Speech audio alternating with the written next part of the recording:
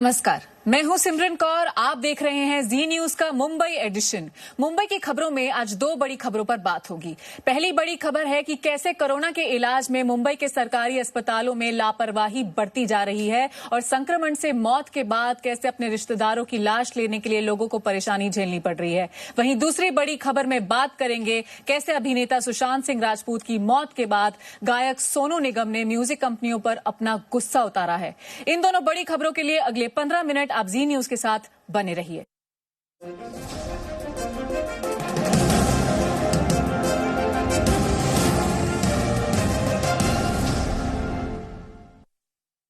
Corona महामारी के इस संकट में मुंबई और महाराष्ट्र के लिए एक अच्छी खबर है। महाराष्ट्र के गृह मंत्री अनिल देशमुख ने बताया कि मुंबई और महाराष्ट्र में अब प्रवासी मजदूरों का वापस आना शुरू हो चुका है। देशमुख ने दावा किया है कि रोजाना 15 से 16 हजार मजदूर दूसरे राज्यों से आ रहे हैं। राज्य के गृह मंत्री के दावों पर देखिए जी मीडिया संवाददाता नित्यानंद शर्मा की ग्राउंड रिपोर्ट।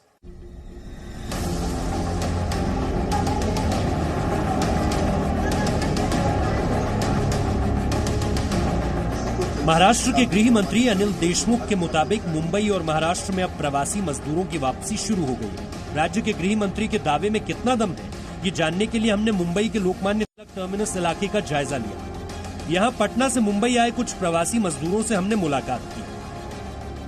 कोरोना के साथ ही जीना पड़ेगा, मुझे लग रहा है। आप दूसरे लोगों से क्या कहेंगे कि लगातार जो लोग आ रहे हैं, क्या अपील करेंगे? मुझे लग रहा है उनको अब कोरोना को अपनाना पड़ेगा और आत्मनिर्भर बनना पड़ेगा। जो चहलकदमी थी, भीड़ भाड़ का इलाका था, वो सन्नाटा में पसर गया है।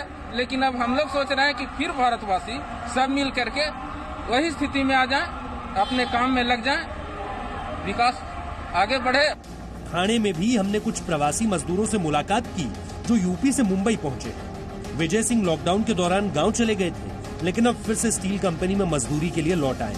पैसे की तंगी उन्हें वापस मुंबई ले आई। एक साथ में हम लोग 8 लोग रहते थे एक कंपनी में, तो आप कहते हैं सोशल डिस्टेंसिंग, तो वो हो नहीं पाता। और सार्वजनिक बाथरूम था, अभी तो खाली हो गया एरिया, अभी तो कोई होगा नहीं। हमारे गाले में ताला लगा तो सबका ही बंद ही है। तब धीरे धीरे से सुधार होगा, सब लोग धीरे धीरे आएंगे, तब तक तो हो जाएगा काम। इन्हीं की तरह राज बहादुर चौहान बीते 12 मई को उत्तर प्रदेश के आजमगढ़ में अपने गाँव चले गए थे। इनके पास जो पैसे थे वो खत्म हो गए, लिहाजा मजबूरी में मुंबई वापस आना पड़ा। मैं 12 मई को यहाँ से गया था। आज 19 जून है, मैं वापस रिटर्न आया। अभी वहाँ प्रॉब्लम है, इसकी वजह से मजदूरी करने के लिए वापस यहाँ रिटर्न आ रहा हूँ। विजय सिंह और राज बहादुर जैसे कई ऐसे लोग हैं जिन्हें अपना पेट भरने के लिए मुंबई वापस आना पड़ा। बहुत परेशानी झेला है गाँव में इतने दिन थे, पैसे वैसे की जरूरत थी। अब मुंबई वापस क्यों आए हैं? काम करने के लिए, पैसे के लिए। काम करेंगे पैसा मिलेगा। मजदूरों की वापसी से राज्य सरकार खुश है। राज्य के गृह मंत्री अनिल देशमुख के मुताबिक रोजाना पूरे महाराष्ट्र में 15 से 16 हजार मजदूर दूसरे राज्यों से आ रहे हैं। जो श्रमिक जो हमारे भाई थे, फिर से उनका महाराष्ट्र में आना चालू हो चुका है। करीबन रोज 15-16 हजार श्रमिक भाई हमारे अभी महाराष्ट्र में आते।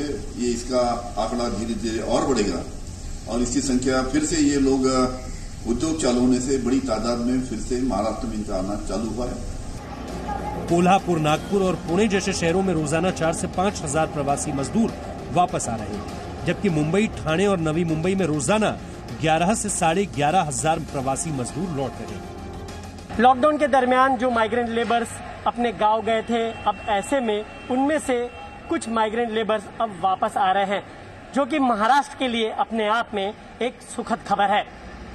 वीडियो जर्नलिस्ट प्रमोद गरुड़ के साथ नित्यानंद शर्मा, जी मीडिया, ठाणे।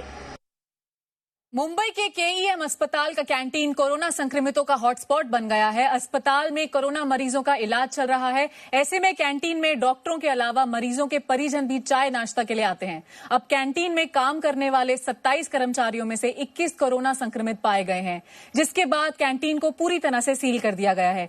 जी मीडिया संवाददाता राजीव रंजन की ये रिपोर्ट देखिए। कोविड-19 यानी कोरोना के प्रभाव से मुंबई का कोई भी ऐसा हॉस्पिटल नहीं है जो अछूता कहा जा सकता है।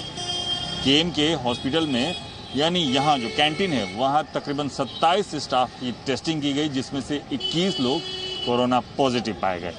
आप अपने यहाँ अपने पेशेंट्स को और बाकी लोगों को लेके आते हैं, लेकिन एक डर बना हुआ है कि किस तरीके से बाकी लोग भी इस तरह संपर्क में आए। नायर में जाएंगे तो भी वही कंडीशन है, कस्तूरबा में जाएंगे तो भी वही कंडीशन है। अपने को सपोर्ट करना चाहिए, डॉक्टर्स, वार्ड बॉय जो भी है, आप जैसे आदमी है, मेरे जैसा जो पेशेंट लेके आते हैं, उनको सपोर्ट करना चाहिए, वो ज़रूरी है बहुत।